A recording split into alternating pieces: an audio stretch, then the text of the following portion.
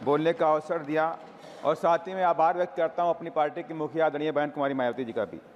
माननीय राष्ट्रपति जी के भाषण में विकसित भारत की बात करी गई, लेकिन विकसित भारत की बात तब तक अधूरी है जब तक संविधान के चारों पॉइंट जो प्रियम्बल में लिखे हैं वो पूरे नहीं किए जाते हैं। सामाजिक न्याय, जस्टिस में सामाजिक न्याय, आर्थिक न्याय आज भी इस देश के अंदर दलितों, पिछड़ों, आदिवासियों को नहीं मिला। माननीय इस पर सरकार को विशेष ध्यान देना पड़ेगा और मैं सरकार से कहना चाहता हूं आपके माध्यम से कि रिजर्वेशन में, प्रमोशन में रिजर्वेशन का जो बिल पेंडिंग पड़ा है उसे पूरा कराया जाए, प्राइवेट सेक्टर में रिजर्वेशन दिया जाए और साथ ही विकसित भारत की बात इस देश में तब तक नहीं हो सकती जब तक हम शिक्षा की तरफ नहीं बढ़ेंगे। जितने भी इस देश बाहर की कंट्री हैं, डेवलप कंट्रीज़ हैं, उनके पास एजुकेशन के दम पर, साइंस और टेक्नोलॉजी के दम पर आगे बढ़ी हैं, लेकिन आज शिक्षा का बाजारीकरण किया गया। शिक्षा को तमाम सरकारों ने पीछे गरीबों से धकेलने का काम किया। आज शिक्षा गरीबों से बहुत दूर होती नजर आ रही है। इस पर भी मैं सरकार से आग्रह करूंगा शिक्षा को लेकर के गरीबों की शिक्षा फ्री की जाए।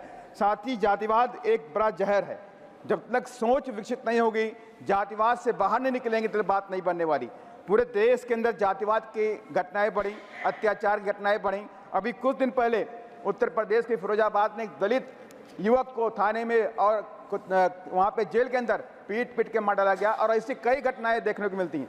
मानवर एक दुर्भाग्य की घटना घटी हरिद्वार के अंदर, एक 13 साल की बच्ची के साथ कई लोगों ने बलात्कार किया। ये घटनाएं दुखद है मानवर, इन पर भी सरकार को रोक लगाना चाहिए कि ऐसी घटनाओं की पुनरावृत्ति देश में नहीं होनी चाहिए।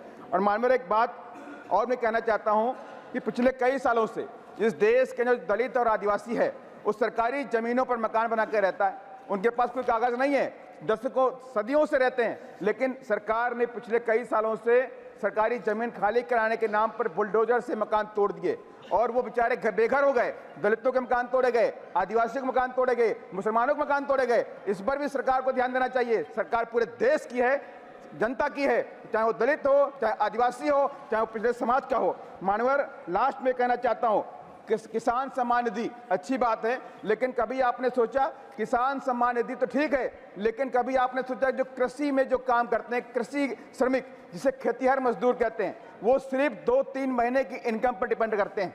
मानवर मैं सरकार से कहना चाहता हूं आपके माध्यम से, जो खेतिहर मजदूर है, कृषि श्रमिक है, उनको भी किसान सम्मान निधि की तरह कृषि श्रमिक निधि देने का सरकार काम करे। और साथ ही मैं आपके माध्यम से कहना चाहता हूं कि SC/ST जो हैं, आर्थिक न्याय कैसे मिलेगा? SC/ST OBC के लोगों को उनके अपने पैर पे खड़ा करना पड़ेगा।